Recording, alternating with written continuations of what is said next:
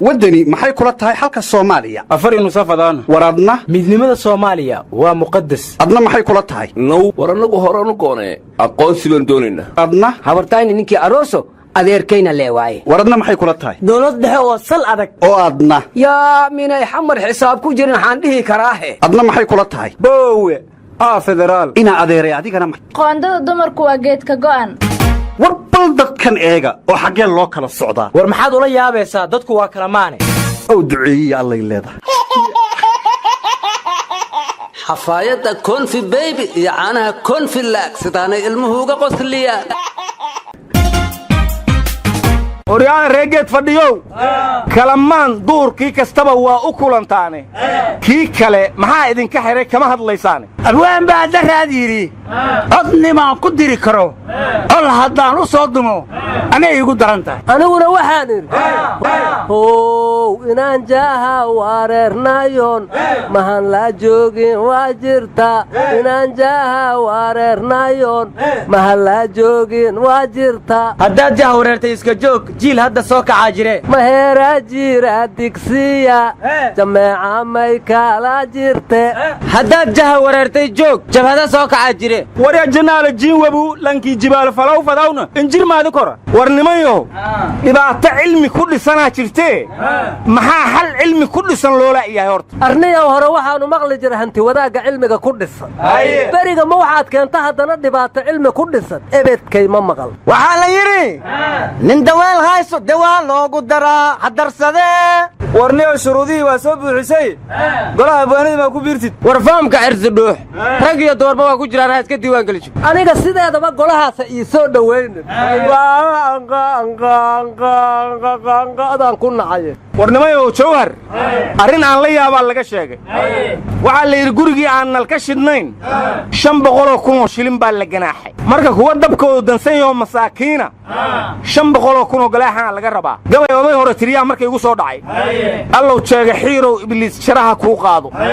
jilib iyo jamaami iyo allow jawhar lagu geeyo inaad joogta mooye allow waadan dib uga soo jeesan jiilaal abaar iyo allow juucu kugu laayo yidhi marka dad juuc haysto aan dabba shidan aan 500 ka rabaa ninka yidhi ayaab leh war jawhar ma webigiyaa ku soo fatoo jawaanna ciida baa laga rabaa war jawaanna lacaga weeye waxa dadka loo diray war anigu balcadaan la yaabay hadda ka hor guddoomiyihii iyo xooghayihiyaa diriray kadibna guddoomiyihii wiilow adeer u yaho u keensade markaasuu yidhi midkaan xooghayaha laygaga dhigo kadibna labadoodii ayay ka tafatay oo xabad isku bilaabay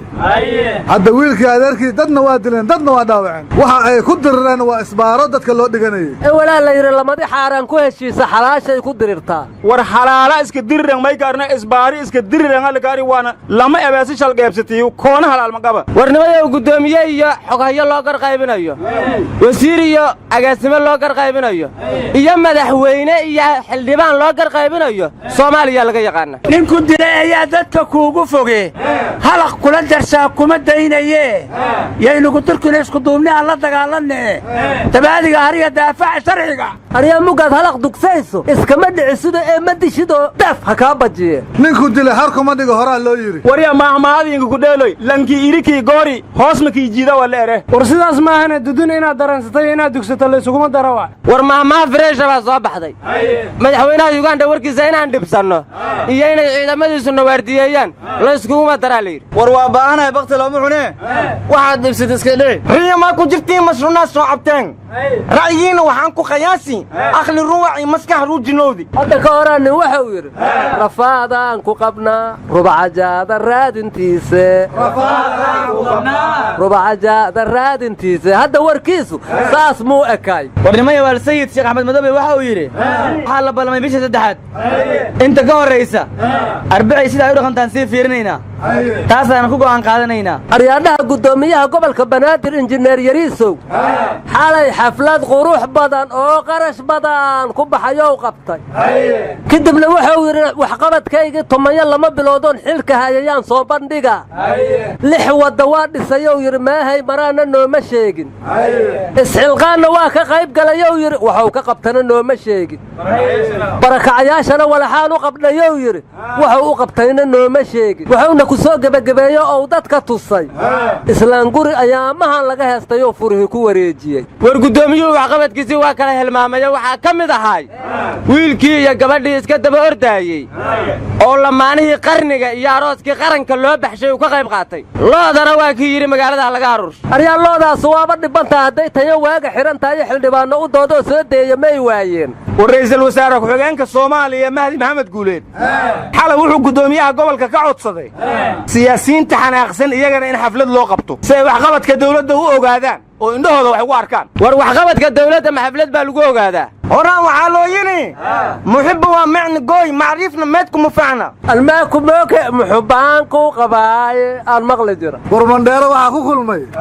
wasiirada arrimaha dibadda soomaaliya iyo kenya waxay isu sheegeenna weli lama oga oo war kama soo bixin mandheero yaa iskale ma isweydiiyeen war nairobi waxa ku kulmay waa khayre iyo uhuru kenyatta uhuru kenyattana facebookiisuu ku soo qoray kulankii isaga iyo ra'iisul wasaaraha iyo wixii ay ka wada hadleen farendis maatiin adiyo uhuru kenyatta maya waa la soo sheergaray warnimayo aniga waxaan la yaabay nin kenyaati ah ayaa commenti ka dhiibtay qoraalkii uhuru ee kulankii ra'iisul wasaare khayre wuxuuna yidhi ra'iisul wasaaraha soomaaliya ma wuxuu u yimid inuu arko wiilashiisu shaqada ay qabteen kadibna soomaali badan oo ka carurtay warkaas ayaa riblaygi waxay ku yidhaahdeen shabaab soomaali ma aha waxa weerarayna